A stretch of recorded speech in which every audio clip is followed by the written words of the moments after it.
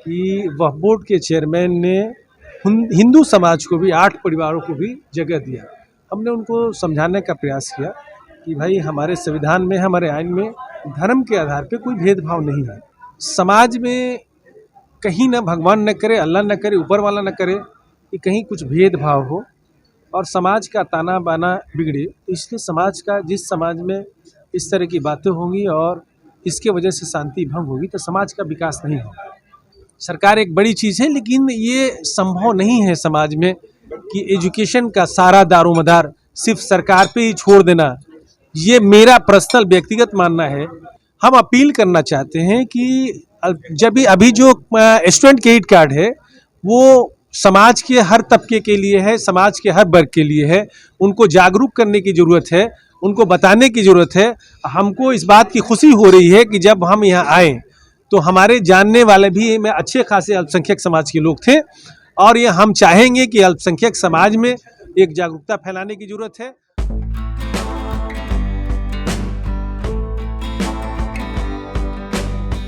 मैं हूं अनूप नारायण सिंह और आप देख रहे हैं बिहारी खबर के डिजिटल प्लेटफॉर्म को। हमारे साथ एक ऐसी शख्सियत हैं जो युवा हैं और बिहार के विकास के लेकर काफ़ी चर्चा में रहते हैं। ये वक्फ बोर्ड के पूर्व चेयरमैन रह चुके हैं।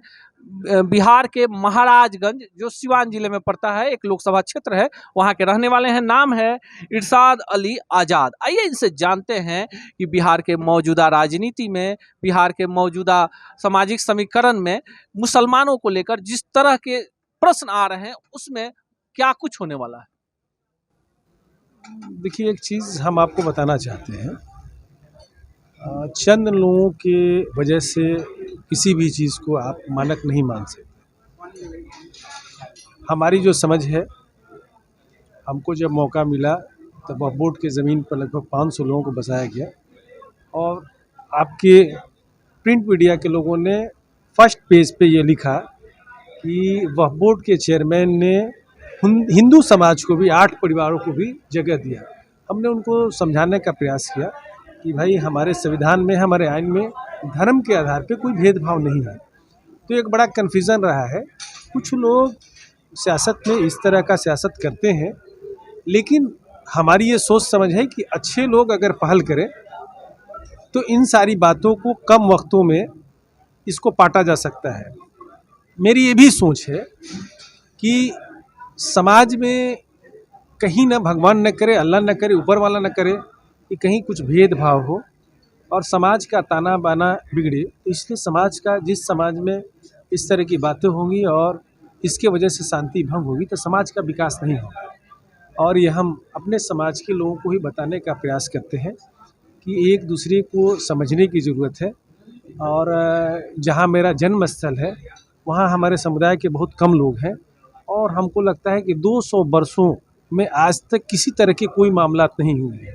जहाँ तक कि इस तरह की जो बातें आज हो रही, जब 92 में बाबरी मस्जिद की घटना घटी थी उस वक्त भी हमारे समाज में किसी तरह का कोई मामला नहीं था। हम ये आपके माध्यम से मैसेज देना चाहते हैं कि जहाँ एजुकेशन की कमी है उसी वजह से इस तरह की बातें आती हैं। मेरा अभी मानना है, तरह तरह की बातें अभी मदरसे को लेकर के हो रही थी, अभी फुलवाड़ी में एक बड़ा मामला है। हमारा ये मानना है कि जब हम एजुकेशन समय के हिसाब से, सिर्फ हम धार्मिक एजुकेशन न लें और सरकार ने कहीं ना कहीं नई टेक्नोलॉजी से मदरसे में एजुकेशन देने के लिए नया सिलेबस जारी किया है, साइंस टीचर की बहाली करने के लिए आदेश किया है, साइंस टीचर की बहाली भी हो रही है। तो कहीं ना कहीं शिक्षा की कमी होने की वजह से इस तरह की बातें आती हैं। जैसे हमारा समाज के मैक्सिमम लोग जब पढ़ लिख कर के इस तरह के, जो आज हम यहाँ बैठे हुए हैं गंगा ग्रुप ऑफ इंस्टीट्यूट में, हम इनसे अपील करना चाहते हैं कि ये जो भी प्रोग्राम कराना चाह रहे हैं, जो भी मैंने इनके पास जैसे MBBS है, BTech है, MTech है, MBA है, इन सारी चीज़ों में कहीं ना कहीं समाज में जो निचले पावदान पे लोग हैं, जिनकी आर्थिक स्थिति ठीक नहीं है, उस पर भी कहीं ना कहीं फोकस करने की ज़रूरत है। हमारी अपील है कि उस तरह के लोग भी आपके पास आएँ तो कहीं ना कहीं पैसे के अभाव में वो उस डिग्री को न प्राप्त करे, उस शिक्षा को न प्राप्त करे, तो हमारे लिए और आपके लिए ये अच्छे संकेत नहीं होंगे। और जहाँ तक सरकार की बात है, सरकार एक बड़ी चीज़ है, लेकिन ये संभव नहीं है समाज में कि एजुकेशन का सारा दारोमदार सिर्फ सरकार पे ही छोड़ देना, ये मेरा पर्सनल व्यक्तिगत मानना है कि ये अच्छी बात नहीं है। और समाज में इस तरह के जो लोग हैं और समाज में जो ये समझिए जिनके पास पूंजी है और जो कैपिटलिस्ट हैं वो भी एजुकेशन सेक्टर में आए और समाज में इस तरह का माहौल पैदा करें कि समाज में किसी तबके के लोग जो हैं, चाहे वो दलित हो, महादलित हो, अल्पसंख्यक हो, वो कहीं ना कहीं पैसे के अभाव में उनके शिक्षा पर असर न पड़े। और इस तरह की पहल जो आज गंगा ग्रुप ऑफ इंस्टीट्यूट ने किया है, इनके डायरेक्टर को और इनकी जितनी टीम है, सबा खान साहब हैं, इनकी जितनी टीम है उनको तहे दिल से मुबारकबाद पेश करते हैं और ये कहते हैं कि इनकी पहल से बिहार में और इसका बड़ा असर पड़ेगा और यहाँ के बच्चे जो है नए टेक्नोलॉजी से बहुत सारी डिग्रियां प्राप्त करके इनके यहाँ और पूरे बिहार में नहीं पूरे हिंदुस्तान में फैलेंगे। और यहाँ पहले भी इस चीज़ को माना जाता है कि यहाँ के जो छात्र हैं, यहाँ के जो विद्यार्थी हैं, वो हर मामले में सक्षम है और IAS IPS हर फील्ड में है। अब हम अपील किया है पहले भी कि पैसे के अभाव में हमारी शिक्षा में कहीं अल्पसंख्यक समुदाय के बच्चों के लिए वजीफे हैं सरकार के पास, ऐसे संस्थानों में अगर वो एडमिशन लेते हैं या पढ़ाई करते हैं, उनको क्या आप बोलना चाहेंगे? हम अपील करना चाहते हैं कि जब भी अभी जो स्टूडेंट क्रेडिट कार्ड है वो समाज के हर तबके के लिए है, समाज के हर वर्ग के लिए है, उनको जागरूक करने की ज़रूरत है, उनको बताने की ज़रूरत है। हमको इस बात की खुशी हो रही है कि जब हम यहाँ आए तो हमारे जानने वाले भी में अच्छे खासे अल्पसंख्यक समाज के लोग थे और ये हम चाहेंगे कि अल्पसंख्यक समाज में एक जागरूकता फैलाने की ज़रूरत है और सब लोग मिलजुल कर जब जागरूकता फैलाएंगे तो वो भी समाज जब पढ़ लिख लेगा तो कहीं ना कहीं जो ये समाज में तरह तरह की बातें आती हैं, जो मदरसे पे क्वेश्चन मार्क लगते हैं, इस तरह की बातें नहीं होगी।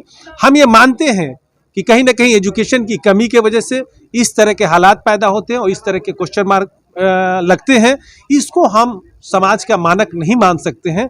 अगर एक आध आदमी ऐसे, जैसे यहाँ 5000 मदरसे हैं, मदरसा एजुकेशन बोर्ड के बोर्ड ऑफ डायरेक्टर रहे हैं, 5000 मदरसे हैं, अगर एक मदरसे में कहीं कोई कमी रहती है जांचों उपरांत तो उसको मानक नहीं माना जाना चाहिए और उसको प्रोपगंडा नहीं बनाना चाहिए। अगर कुछ कमी है तो उसको दूर करना चाहिए और नए तरीके से एक जोश के साथ बिहार को, हिंदुस्तान को बढ़ाने के लिए शिक्षा के क्षेत्र में बड़े काम करने की ज़रूरत है।